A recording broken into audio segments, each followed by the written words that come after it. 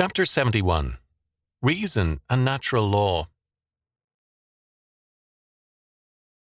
It's well known that Protestant Arminianism is a revival of medieval Roman Catholic scholasticism without its ecclesiology or doctrine of the Church. Because of their common presuppositions, all the same, there are connections between Roman Catholic and Protestant Arminian views of the Church. Augustine was in some ways the father of the Roman Catholic view of the Church and also the Arminian doctrine. Augustine, because of his amillennialism, saw no hope in world redemption. Rather, the Church itself was the kingdom of God, called to save souls out of a perishing world, not to make the kingdoms of this world the kingdom of Christ. Wherever Protestantism has abandoned postmillennialism and its mandate for conquering the world through and for Christ, it has developed a high doctrine of the Church. In such thinking, in amillennial circles, the Church is the kingdom, as with Rome. In premillennialism, souls are saved only, not institutions and nations reclaimed for Christ. Arminianism has natural affinities to Rome, and, not surprisingly, some Arminian theologians have become Protestant Thomists. When any theology, whether Eastern Orthodox, Roman Catholic, or Protestant, drops Scripture as the sole rule and guide of faith and life, it thereby affirms man and his reason as the guide. St. Thomas Aquinas held, law, quote, is nothing else than an ordinance of reason for the common good, end quote. Moreover, quote, law devotes a kind of plan directing acts toward an end, end quote. Given this premise, Aquinas looked to reason to know the law and to define it. In his discussion of law, natural law thus becomes more important than biblical law. Aquinas showed more respect for God's law than most of his successors, but he laid the foundation for supplanting God's revealed law with natural law, or whatever man's reason chooses to call natural law. The consequences of this are very grave. If law is known by reason's investigation of nature, not by divine revelation, then reason becomes more important than revelation. The revealed law of God is reduced to a measure for the Hebrews essentially, whereas the law of nature is eternal. Law is the expression of sovereignty.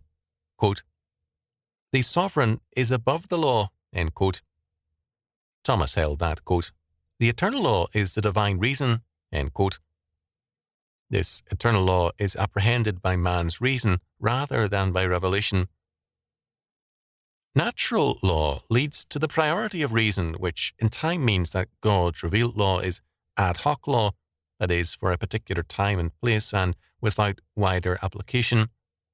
This, in fact, is the conclusion drawn by antinomians. God's law is limited to the Hebrew commonwealth, and it is not for us.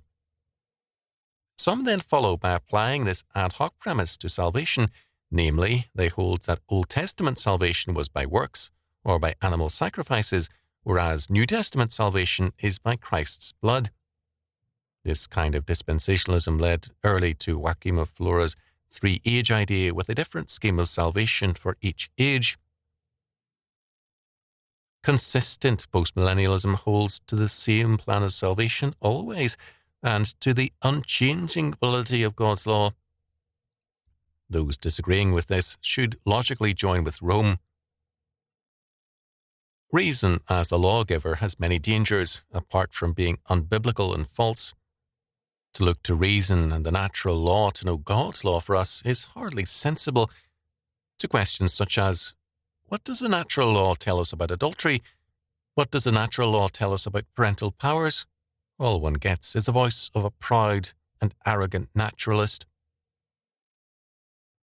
Historically, the abandonment of theonomy of God's law has led to the priority of man's reason, to rationalism, and to natural law thinking. Except within churches, natural law thinking is virtually dead.